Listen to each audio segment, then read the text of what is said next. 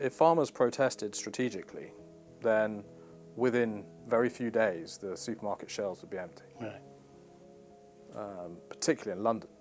Coming up on British Thought Leaders, Dominic Wightman from Country Squire says family farms are under threat from tax changes and the public should be concerned. The countryside doesn't just make itself.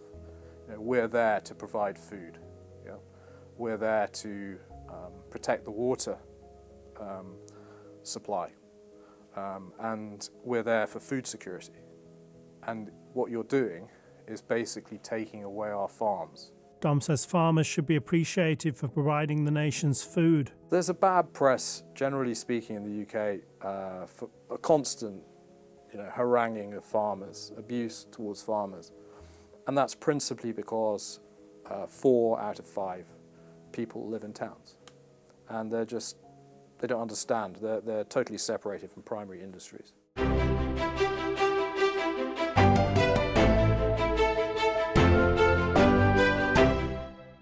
Welcome to British Thought Leaders. I'm Lee Hall.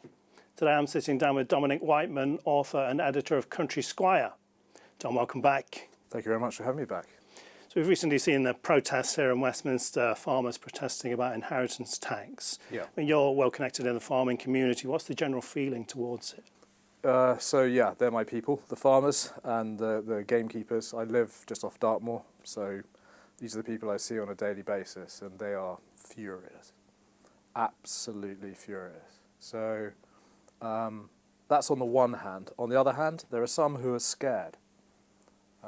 And since the Reeves budget, there have been 7 suicides of farmers as a consequence of this, change in the reliefs.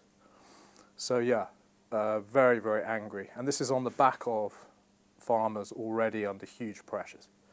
So I don't know if you remember back in February, March this year, Rishi Sunak went to address the farmers in Wales at the Senate. And their problems then were high inflation, subsidy cuts. They'd just come off the worst harvest in a long, long time. And also they were worried about trade deals. So the sheep farmers were worried about these post-Brexit trade deals being done with New Zealand and so forth. And now, on the back of all that, something that no one really expected would ever happen, these reliefs have been in place since 1984, since Thatcher, and to cut them is an absolute hammer blow for the farmers. Yeah.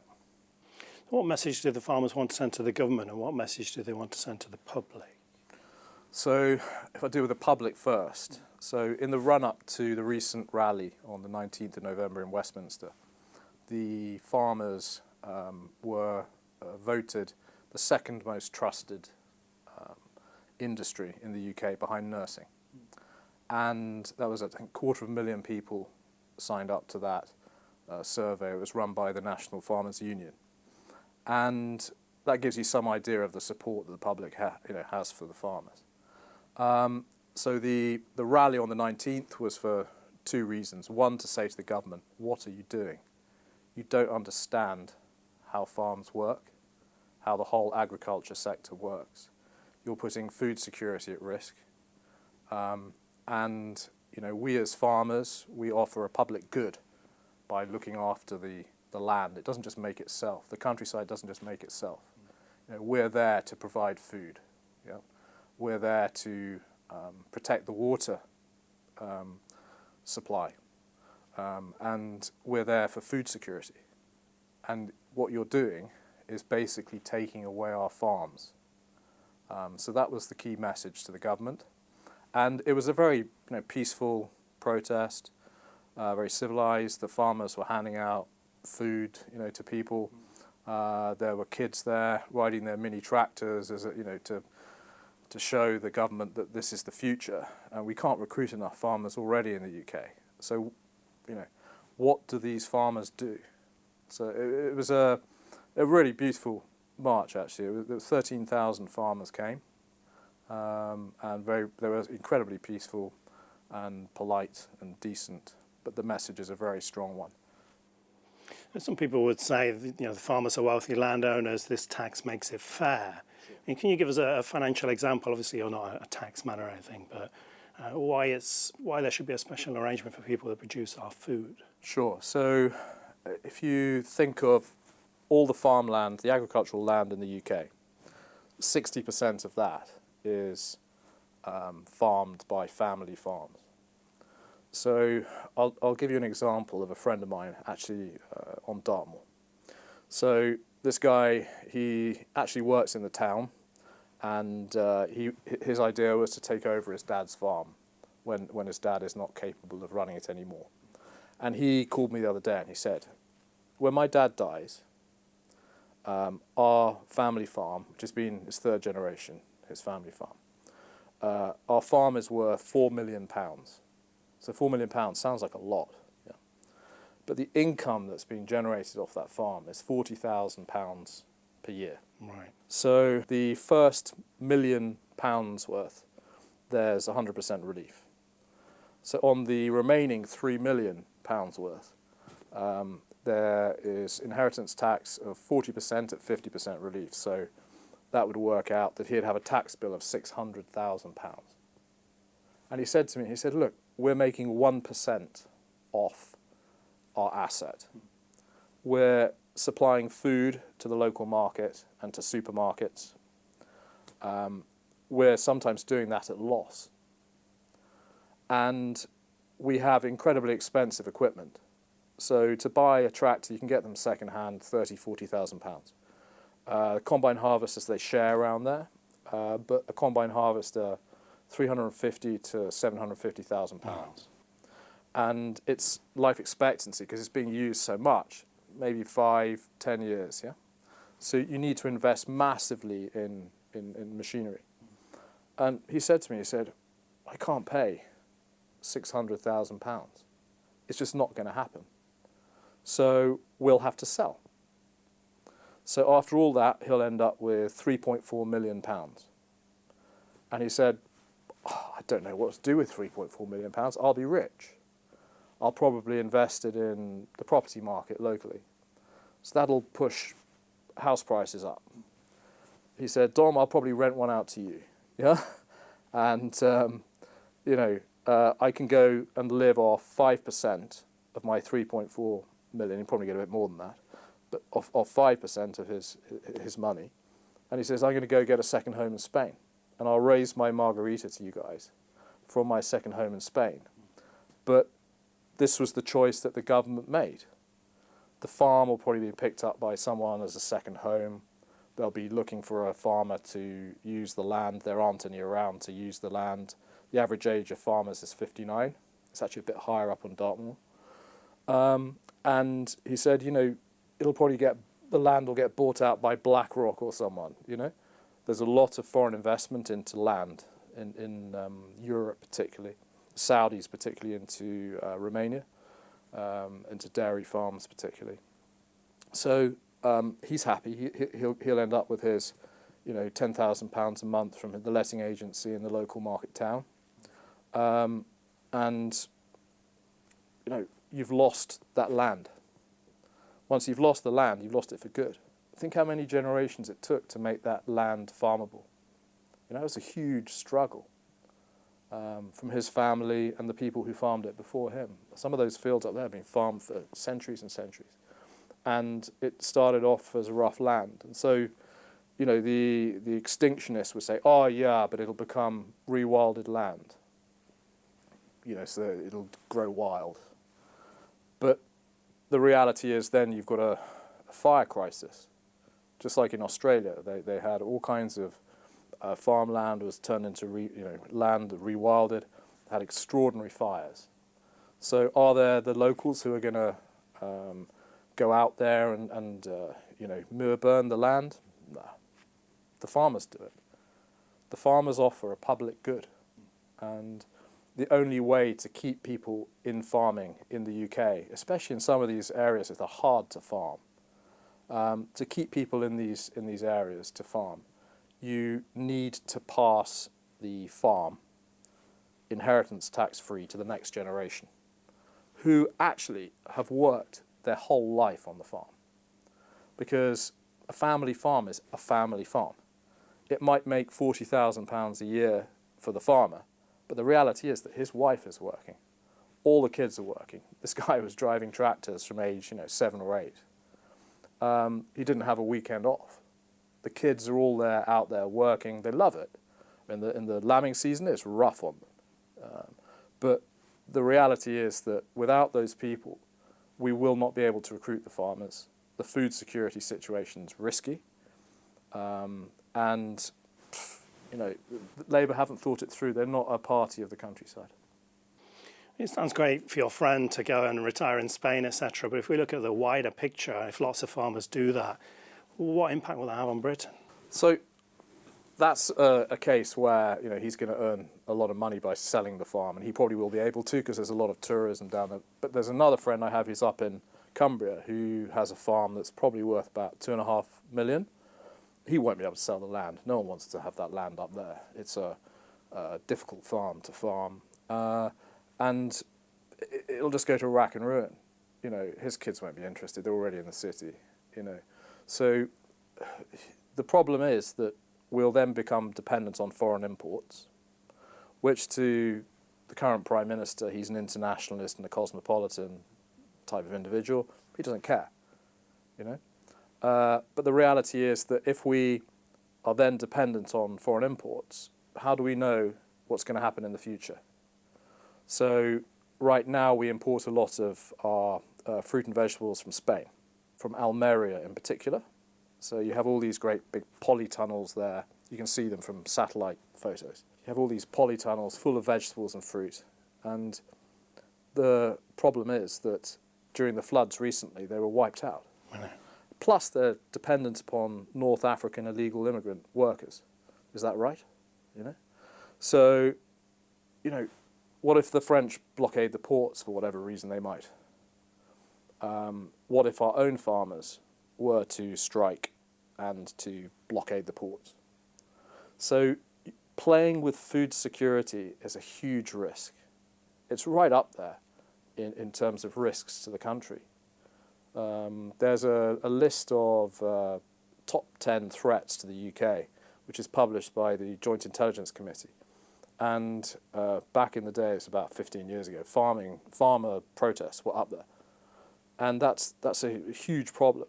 If the farmers wanted to, they control the food, they control the water supply, they could easily blockade the motorways or the ports. One has to be careful what one says today, because in Starmer's Britain, I think you get jailed for raising one's voice to a police dog. So I'll be careful what I say. But looking at it purely objectively, coolly, the last person you want to have as an enemy is a farmer. They're hugely popular. They're ubiquitous, not like the miners who are in pockets of the UK. They're ubiquitous. They control the food. They control the water. And, if you hear that there's going to be a blockade of the M25 by farmers, it might just pop up on the M5 or the M1. Yeah. It's whack-a-mole. So, and the other issue as well with it is that they're incredibly popular with the police and the army. So if you're sat there as Labour looking at, how we can create revenue, and understandably the price of land's gone up from £1,000 in 1981, I think it is, per acre, up to 13,000 today. You can see why they're thinking, there's money to be taken here, some revenue to be collected. You can see why they're thinking like that. But they're not looking at the actual reality. So it doesn't look like the government are going to back down, and it doesn't look like farmers are going to back down. I mean, what do you think will happen? It's a difficult one, but I don't think there'll be any major protests between now and Christmas. I think the farmers who are protesting the most are likely to want to keep the public on side and not annoy them before Christmas. But unless Starmer and Reeves do a U-turn, there's inevitably going to be action in 2025. And the thing is, the farmers, as I said, they're 59 years old is the average age. These are individuals who, they don't earn much. The average farmer income is £29,648. It's not a lot. they tend to be the ones around where I live anyway, salt of the earth, decent people. The last thing they want to be doing is protesting or blocking motorways or, but I think that's, unless there's a U-turn, and there's nothing wrong, nothing shameful in doing a U-turn, then that's what's going to happen. There's going to be an augmentation of protests. It's a strange policy because if you do the maths on it, up to, so if it kicks in 2026, by 2029, the government thinks their inheritance tax changes will bring in 2.53 billion. Of that, 520 million is from changes to the agricultural property relief and the business property relief. Now, that's not really that much in terms of the savings that they were looking to make, or the extra revenues they were looking to make. And if there were to be industrial action by the farmers, that could be easily lost in a few months.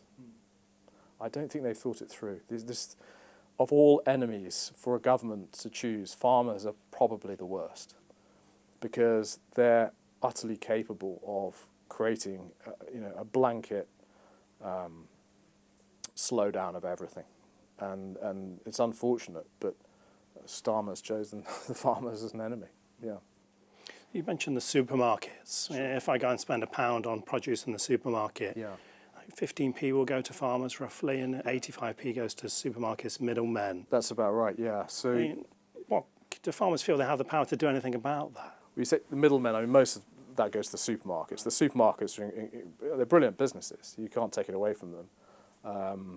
But yeah, so there would be the 15p to the farmers. Theoretically, it changes around a bit. 15p is not bad actually for some of the products, but you've got in between distributors, people, intermediaries like grain agents and so forth.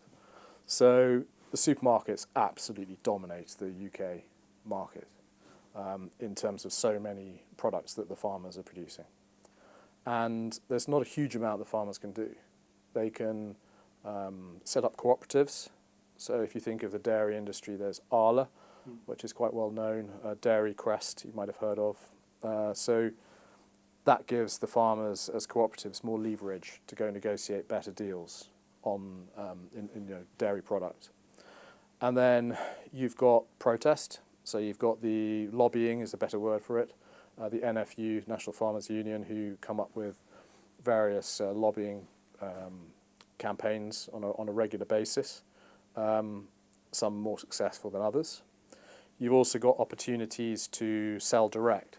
So if you're running a farm and, I don't know, you're producing turkeys or something, you can sell them directly to the public by creating a farm shop or a cafe and so forth, which is very popular. Absolutely, yeah, very popular.